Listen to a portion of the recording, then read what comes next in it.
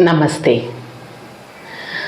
మనకి ఉండే చక్రాల గురించి ఒక అవగాహన అందరికీ ఉంది కదా. ఒక ఏజ్ వచ్చే వరకు మనకి ఎంత స్ట్రెస్ ఉన్నా, మన చుట్టూ ఎంత డిసీజ్డ్ ఎనర్జీ ఉన్నా, మన చక్రాలు వాటిని బయటికి పంపించేయగలుగుతాయి ఈజీగా, వితౌట్ ఎఫెక్టింగ్ ద బాడీ. శరీరం అనారోగ్యానికి గురవకుండా మన చుట్టూ ఎంత డిసీజ్డ్ ఎనర్జీ ఉన్నా, స్ట్రెస్ ఎనర్జీ ఉన్నా కూడా అవి బయటికి వెళ్ళిపోతూ ఉంటాయి. చక్రాలు కంటిన్యూస్గా clockwise, anticlockwise తిరుగుతూ ఉంటాయి. సో ఫ్రెష్ ఎనర్జీ తీసుకుంటే లోపల నుంచి used up energy, diseased energy బయటికి పంపిస్తూ ఉంటాయి. అయితే కొంతకాలానికి ఒక ఏజ్, సర్టన్ ఏజ్ వచ్చాక hypertension, high BP, diabetes, kidney problems, లేకపోతే హార్ట్ ప్రాబ్లమ్స్ ఎందుకు వస్తాయి? అది మనం అజ్యూమ్ చేసేసుకుంటాం వయసుతో వచ్చేవి అని. ఎందుకు వస్తాయి వయసుతో? అందరికీ రావు కదా, కొంతమందికి వస్తాయి, కొంతమందికి రావు. మేబీ ఎక్కువ మందికి వస్తాయి, కొంతమందికి రావు. ఎందుకలా? వాళ్ళకి వచ్చే వాళ్ళకి రాని వాళ్ళకి ఏంటి డిఫరెన్స్ అంటే, మన సోలార్ ప్లెక్సస్ చక్రం దానికి కారణం. సోలార్ ప్లెక్సస్ చక్రం మన లోయర్ ఎమోషన్స్కి, lower positive as well as negative ఎమోషన్స్కి సెంటర్. సో కోపము, చిరాకు, ఇరిటేషను, జెలసీ, ఈగో, అహంకారము, ఇలాంటివన్నీ మన సోలార్ ప్లెక్సస్ చక్రాస్లో ఉంటాయి. సో ఈ సోలార్ ప్లెక్సస్ చక్రం ఇంకా నెగిటివ్ ఎమోషన్స్తో కంప్లీట్గా నిండిపోకపోతే ఎప్పటికప్పుడు అది క్లియర్ చేసుకోగలుగుతూ ఉంటుంది. అదే too much of stress, too much of anger, jealousy, hatred, లేకపోతే ఈగో, ఇలాంటివన్నీ ఎక్కువైపోయాయి అనుకోండి, మన బాడీలో ఎనర్జీ సర్క్యులేషన్తో పాటు ఈ stress energy or diseased energy కూడా సర్క్యులేట్ అవుతూ ఉంటుంది.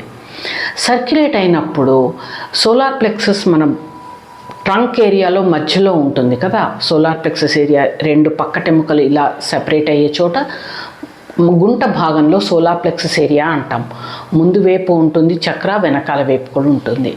సో ఈ సోలార్ ప్లెక్సస్ చక్రం నుంచి డిసీజ్డ్ ఎనర్జీ పైకి వస్తే పైనే ఉంది గుండె. సో హార్ట్ ప్రాబ్లమ్స్ వచ్చే అవకాశం ఉంటుంది. సోలార్ ప్లెక్సస్ చక్రలో డిసీజ్డ్ ఎనర్జీ ఎక్కువైపోయి కిందకి వెళితే కింద ఉండే లివరు, స్టమక్, ఇంటెస్టైన్స్, వీటిలో ప్రాబ్లం వస్తుంది. అంటే అసిడిటీ అవ్వచ్చు, ఇండైజెషన్ అవ్వచ్చు, డయేరియా అవ్వచ్చు, లేకపోతే గ్యాస్ట్రిక్ ప్రాబ్లమ్స్ అవ్వచ్చు, ఇలా రకరకాల ప్రాబ్లమ్స్ వస్తాయి. అదే బ్యాక్ సోలార్ ప్లెక్సస్ చక్ర నుంచి డిసీజ్డ్ ఎనర్జీ కిందకి వెళ్ళిందనుకోండి, కింద ఏముంది మనకి, మన బ్లడ్ ప్రెషర్ని కంట్రోల్ చేసే మెంగ్మెయిన్ చక్ర ఉంది. మెంగ్మెయిన్ చక్ర ఆల్సో కంట్రోల్స్ కిడ్నీస్. సో మెంగ్మెయిన్ చక్ర ఎఫెక్ట్ అయింది అంటే హైపర్ టెన్షన్, హై బీపీ వస్తుంది. హై బీపీ వచ్చింది అంటే మెంగ్మెయిన్ చక్ర also controls kidneys. So kidneys కూడా ఎఫెక్ట్ అవుతాయి. అందుకని ఇంతకీ చెప్పొచ్చేది ఏంటి అంటే, మనకి బీపీ కానీ, డయాబెటీస్ కానీ, లేకపోతే హార్ట్ ప్రాబ్లమ్స్ కానీ ఓవర్ నైట్ రావు. ఎన్నో ఏళ్ల పాటు పాపం మన బాడీ, మన కోశాలు మనల్ని ప్రొటెక్ట్ చేయడానికి కష్టపడుతూనే ఉంటాయి. అవి ఫిల్టర్ చేసి స్ట్రెస్ ఎనర్జీ, డిసీజ్డ్ ఎనర్జీ బయటికి నెడుతూనే ఉంటాయి. ఎప్పుడైతే ఇంకా వాటికి చేత కాదో, అవి క్లియర్ చేయలేనంత డిసీజ్డ్ ఎనర్జీ, స్ట్రెస్ ఎనర్జీ మనలోకి మనం తీసుకోవడం మొదలు పెడతామో అప్పుడు కూడా అవి పూర్తిగా చేతులెత్తేయో, కాస్త పైకి కిందకి సర్దుతాయి. సో పైన కింద సర్దినప్పుడు ఏమవుతుంది, వెంటనే మనకి బీపీ రాదు, వెంటనే హార్ట్ ప్రాబ్లమ్స్ రావు. అక్కడ ఉండే చక్రాలు కూడా they try to clear of all the stress energy. మనం అక్కడ కూడా గమనించుకోకుండా, క్లియర్ చేసుకోకపోతే, మన స్ట్రెస్ లెవెల్స్ని తగ్గించుకోకపోతే, అప్పుడు నెమ్మదిగా అక్కడున్న ఆర్గన్స్ కూడా ఎఫెక్ట్ అవుతాయి. అది కిడ్నీస్ అవ్వచ్చు, ప్యాంక్రియాస్ అవ్వచ్చు, హార్ట్ అవ్వచ్చు, ఇంటెస్టైన్స్ అవ్వచ్చు. ఎక్కడ diseased energy or stress energy పేరుకుపోతే నెమ్మదిగా over a period of weeks, months, actually కొన్ని నెలల పాటు అక్కడ ఉండి అప్పుడు హెల్త్ ప్రాబ్లంగా మేనిఫెస్ట్ అవుతుంది.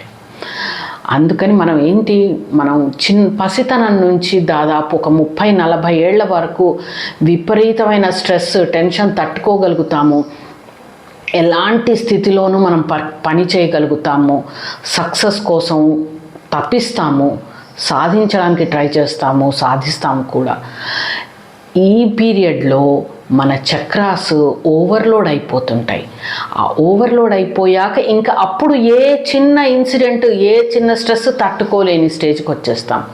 గమనించండి, మీరు కూడా అలాగే ఉన్నారా?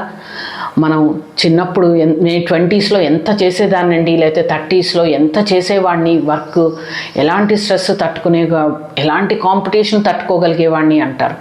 అదే 40s 50స్కి వచ్చేప్పటికీ ఆఫీస్లో ఒక చిన్న ఆర్గ్యుమెంట్, లేకపోతే ఇంట్లో ఒక చిన్న ఆర్గ్యుమెంట్ డిస్సాటిస్ఫాక్షన్ బీపీ పెంచేస్తుంది, డయాబెటీస్ షుగర్ లెవెల్స్ పెంచేస్తాయి. సో మనం ముందరి నుంచి జాగ్రత్తగా ప్రివెంటివ్ హీలింగ్ చేసుకోవడము, లేదు హీలింగ్ కాదు లేకపోతే సాల్ట్ వాటర్ బాత్ తీసుకోవడము, స్ట్రెస్ లెవెల్స్ ఏదో ఒక విధంగా తగ్గించుకోవడము చేస్తూ ఉంటే ఆ చక్రాలలో ఇంకా కెపాసిటీ ఉంటుంది to throw away all the used up energy, diseased energy. అప్పుడు ఎంతకాలమైనా ఇట్లాంటి ప్రాబ్లమ్స్ శరీరంలో కనిపించవు. సో మీరు లక్కీగా ఇప్పటివరకు ఎలాంటి హెల్త్ ప్రాబ్లమ్స్ లేవంటే, ఇంకా రావు అన్నది కాదు, better do preventive healing. Preventive measures తీసుకోండి.